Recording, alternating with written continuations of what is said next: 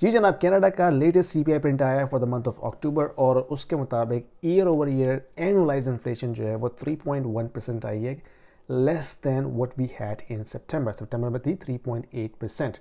ये देखिए ज़रा, ये आपको इन्फ्लेशन का एनुअलाइज सीपीआई चार्ट दिखा रहा है जिसमें आप देख सकते हैं कि किस तरह पीक से शार्पली डिक्लाइन हुआ, थोड़ी सी बीच में ब्लिप आई लेकिन अब सितंबर के बाद से वो दोबारा नीचे की तरफ आई है। और ये है हेडलाइन इन्फ्लेशन, ये है हेडलाइन इन्फ्लेशन जिसमें सारी चीज़ें शामिल होती हैं। इसके अलावा एक और वेरिएशन इसकी होती है, इसको हम कहते हैं कोर इन्फ्लेशन, जिसमें हम फूड और एनर्जी को माइनस करके देखते हैं।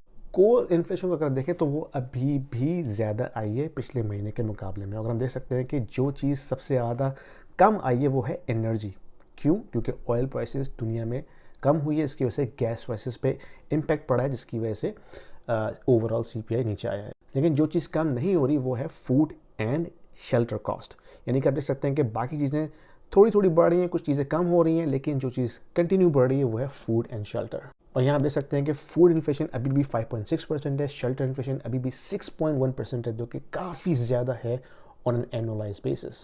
पॉइंट इसमें यह है कि अगर इन्फ्लेशन इतनी नीचे आई है तो इसका मेजर कंट्रीब्यूशन ऑयल प्राइसेस की वजह से, जो कि ग्लोबली सेट होती हैं, इसका इंटरेस्ट रेट सेट करने से कोई ताल्लुक नहीं है। ठीक है, इंटरेस्ट रेट किसको इम्पैक्ट करता है? डेट को इम्पैक्ट करता है। डेट को इम्पैक्ट करने से क्या चीज़ इम्पैक्ट होती है? Housing, car loans, personal loans, credit card loans. तो ये चीज़ें आपकी इम्पैक्ट होती हैं जो कि कंजम्पशन को किसी तरह से कंट्रोल करती हैं। लेकिन जो फूड है, जो शेल्टर है, वो तो आपने लेना ही लेना है, उसका इंटरेस्ट रेट से इतना कोई डायरेक्ट इम्पैक्ट नहीं होता। हाँ, ये ज़रूर है कि शेल्टर जो इन्फ्लेशन का कंपोनेंट है उसमें इंटरेस्ट पेमेंट्स भी शामिल हैं, जिसकी वजह से ऑफकोर्स वो उसको ड्राइव अप कर रहा है।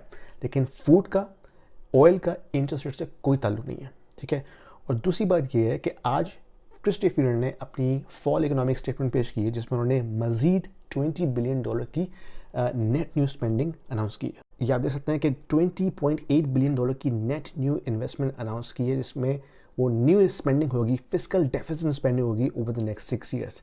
इसका मतलब ये कि जो डेफिसिट स्पेंडिंग चल रही है, जो अभी भी $40 बिलियन पर है इस साल, वो मजीद बढ़ती रहेगी हर साल अप टू 2028-2029। यानी कि नेक्स्ट 5 ईयर्स तक हमारी कोई लाइन ऑफ साइट नहीं है कि हम इस बजट डेफिसिट को बैलेंस कर सकें। और जैसे कि मैंने बताया था कि बजट डेफिसिट जो है इन्फ्लेशनरी होता है, उससे मजीद इन्फ्लेशन बढ़ती है। That means in the long run we will continue to see inflation spiking up. ये चार्ट बहुत इंपॉर्टेंट है क्योंकि इससे आपको पता चल रहा है कि जो रियल इंटरेस्ट रेट हैं कनाडा में, वो सिर्फ फरवरी से पॉजिटिव होना शुरू हुए हैं। यानी कि उससे पहले हमारे पास रियल इंटरेस्ट रेट नेगेटिव थे सिंस गोइंग बैक टू 2008 जब फाइनेंशियल क्राइसिस आया था। तो रियल इंटरेस्ट रेट क्या होता है? रियल इंटरेस्ट रेट बेसिकली जो नॉमिनल इंटरेस्ट रेट है माइनस इन्फ्लेशन रेट। यानी कि अगर आप इन्फ्लेशन को निकाल के इंटरेस्ट रेट देखते हैं तो वो क्या बन रहा है, उसका पॉजिटिव होना ज़रूरी है। वरना होता ही है कि अगर नेगेटिव रियल इंटरेस्ट रेट हो तो दैट ड्राइव्स इन्फ्लेशन, क्योंकि सेवर्स जो हैं वो डिसएडवांटेज पे होते हैं और फिर वो अपनी जो डिस्पोजेबल इनकम है उसको कहीं सेव नहीं करते, उसको कहीं इन्वेस्ट करते हैं या कंज्यूम करते हैं, तो उससे इन्फ्लेशन मज़ीद बढ़ती है।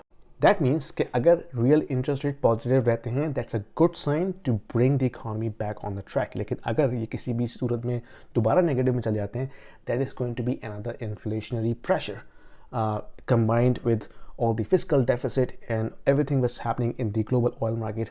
That is going to be another inflation blow going forward in this economy. Anyway, ये मेरे ख्यालात थे, मैं आपको पेश करना चाह रहा था। अपने पॉइंट्स का ज़ाहिर कीजिए, कमेंट्स में डाल के। पसंद आए वीडियो शेयर कीजिए, लाइक कीजिए, and I will see you in my next video. Thank you.